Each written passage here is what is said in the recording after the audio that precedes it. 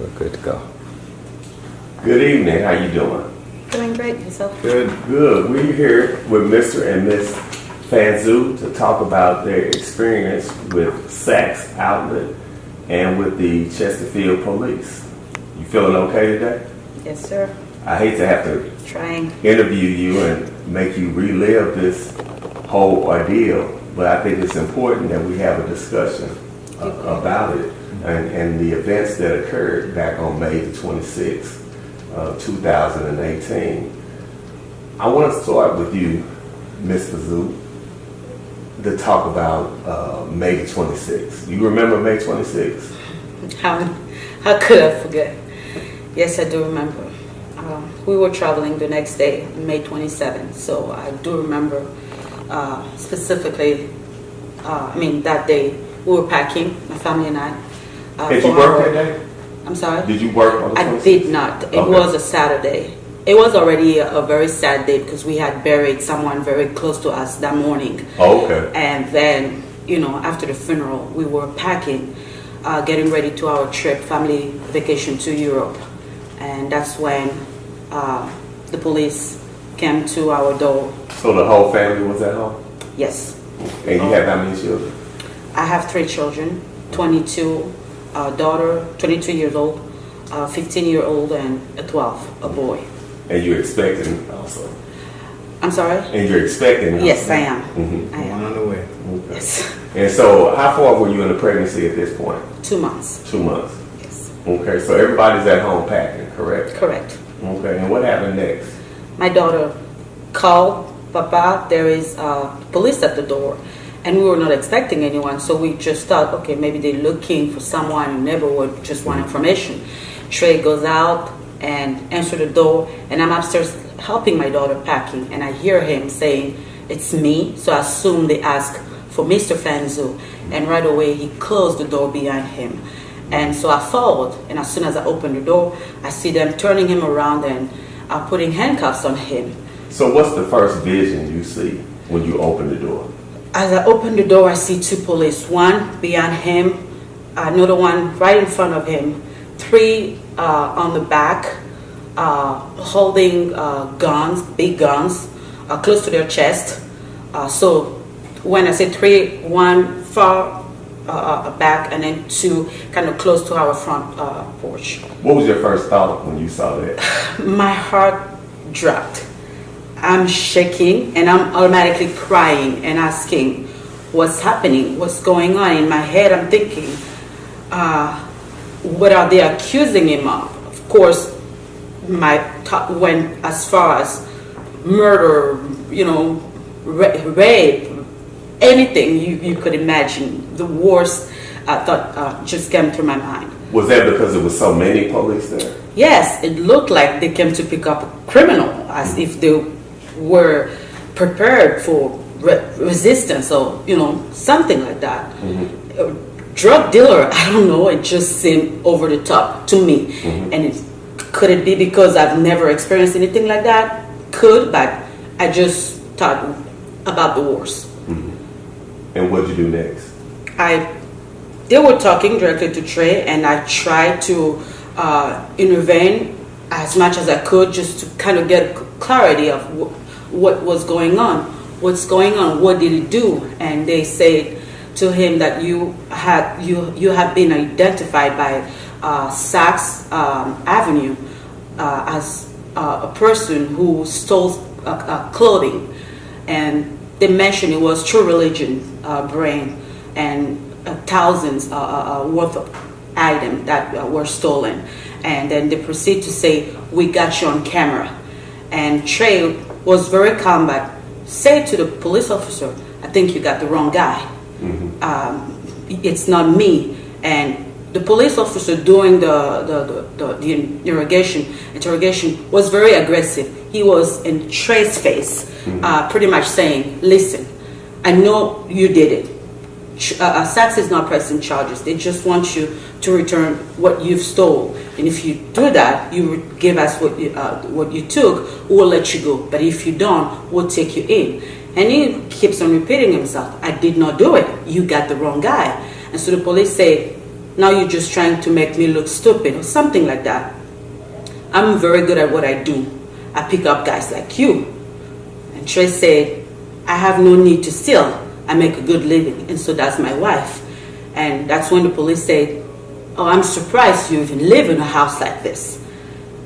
I mean, when all this is going on, I'm crying, but I'm very conscious of the conversation as well. So it hit me that,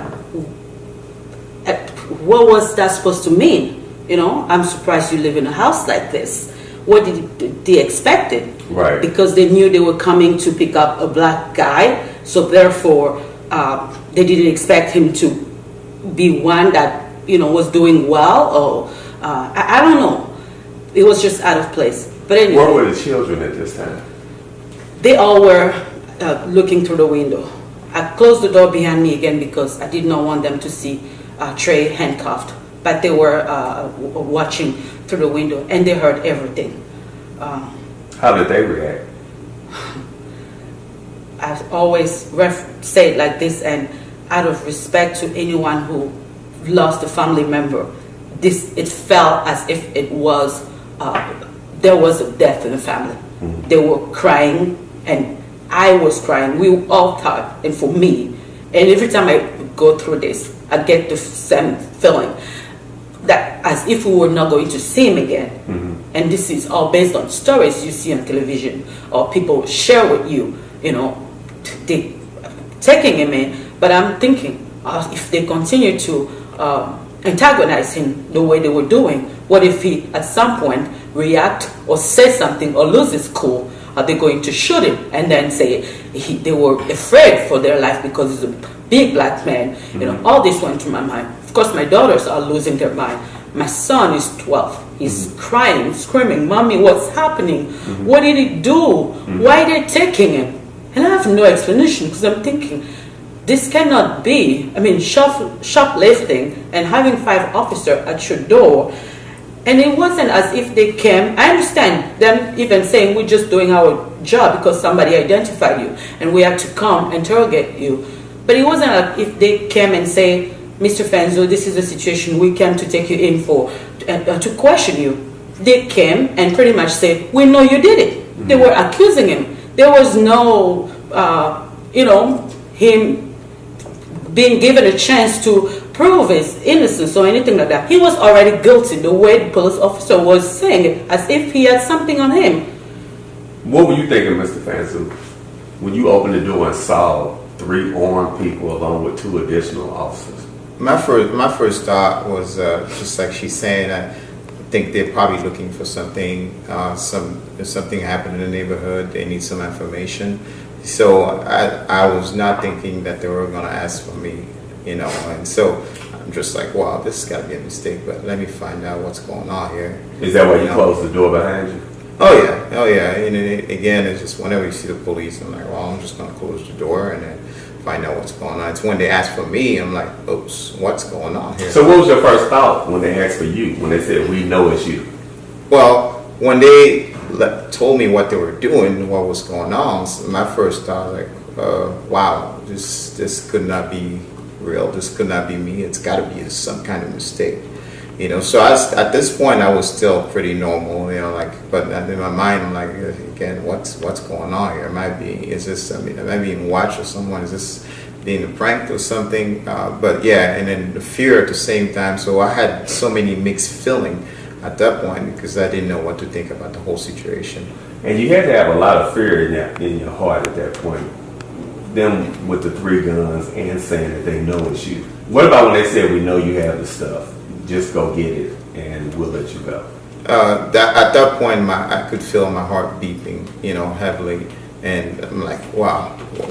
And you offered to show the receipts. And I even offered to show the receipt. I offered to show the bank statement. Had you even purchased any True Religion jeans? No, never wore any True Religion jeans or any True Religion products. So but you had shopped at Saks Outlet before. Yes, this was not my first trip there. So I'd been there a few times over the last 5 years. How many years they've been open?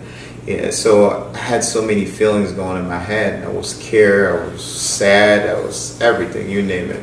Did they tell you how they got the information that you were the suspect in question? At that point, no, they didn't mention this. All they said that was, Sachs reported that was the one person stealing there within the span of a week.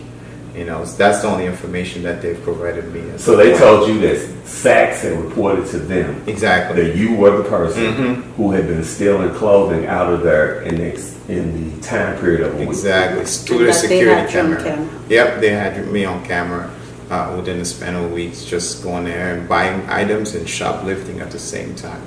And so did they say, why don't you take a... How did they get you in the car? Did they ask you to come with them, or did they immediately handcuff you?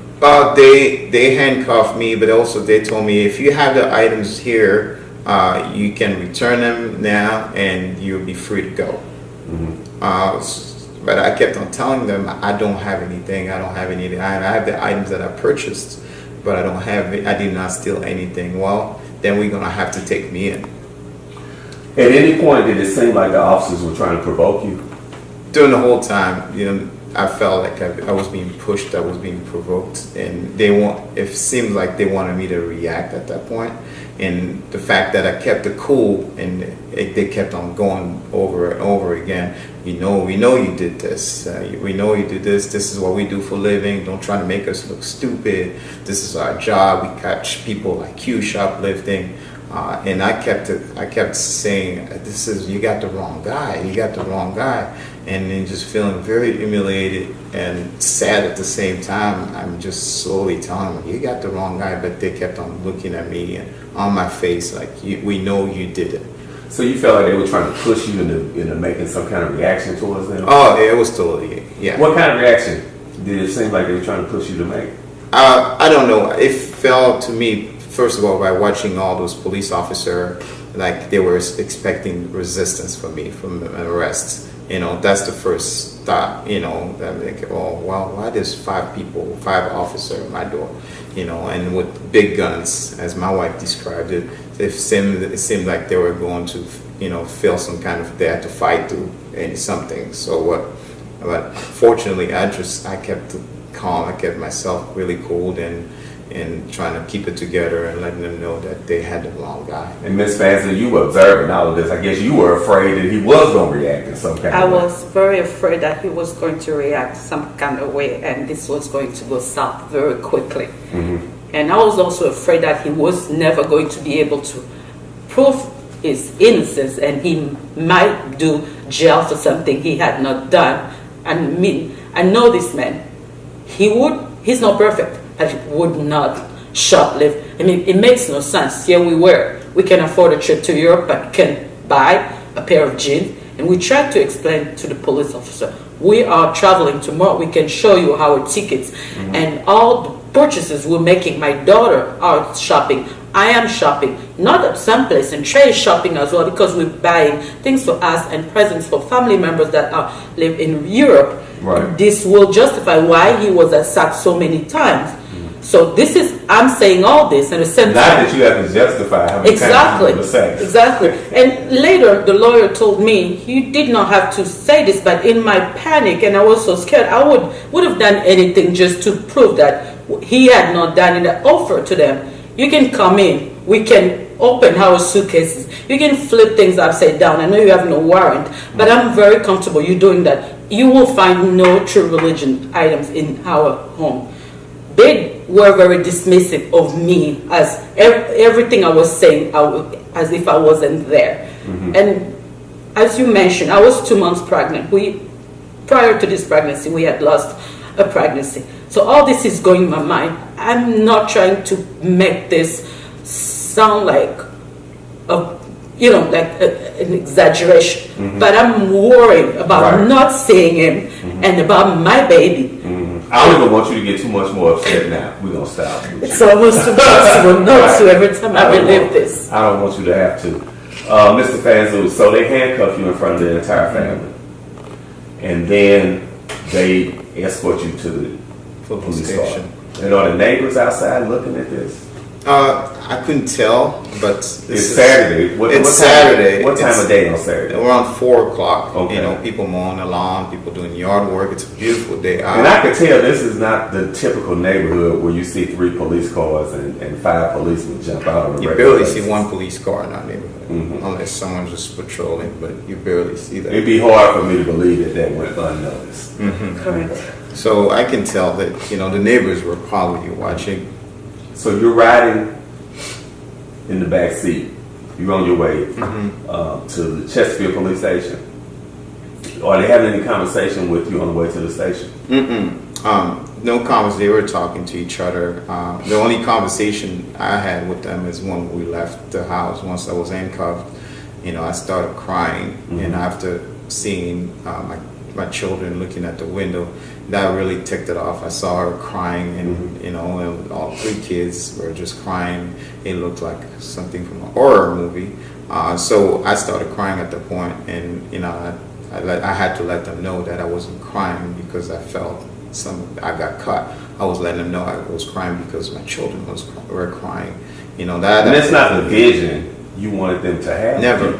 Because like my wife described it again earlier, watching the kids crying that way, it's like they lost a family member, and me watching her crying, just going through those emotions at that time, and just thinking about our future baby, how she's gonna react to that. All that made me so sad. And I would describe it as the saddest day of my life.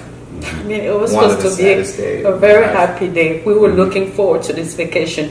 We had gone out of our way to just, make it a good day, despite the funeral we had early that morning. So we had music playing, parking, looking forward to this. Right. And that happened. When they took him away, I mean, my son had cried so much that he ended up sleeping on the floor in my bedroom. My daughter and I are on the phone looking for lawyers online. We have a family lawyer, but we couldn't reach him. This was a long weekend. The following Monday was a holiday. And I'm trying my best not to cry, not to lose it, because I needed to be strong for my children. But we're all just crying and shaking. I didn't even know who you call. As I mentioned to you earlier before we start shooting, we don't have family members here. It's just us and friends. And I went through all this. Who do I call? And I didn't want to call our friends right away. Not that I don't trust them, but in a situation like this, especially because it was the first time, I'm thinking, how are they going to be judgmental, thinking, how you going to explain it? Exactly, how do I explain it? How are they going to, what we're going to perceive? So that was not an option, not right away. And I'm just going around thinking, what are you supposed to do when something like this happened? And I didn't even know when they had taken him. I asked the police officer as they were leaving, where are you taking him? And he said, you wait until you get that call. That's when you're going to know. Not even the decency to tell you where. No. Now, Mr. Phanzu, when you get to the station, do they fingerprint you? Yes. They put me in a cell, and then they called me out of the cell, did the fingerprints and mug shots, and then put me back in the cell for a few more minutes. And then at some point,